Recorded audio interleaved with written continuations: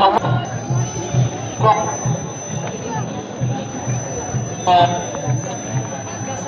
ለብራን መድኃኒዓለም እናመስግኑላቸው።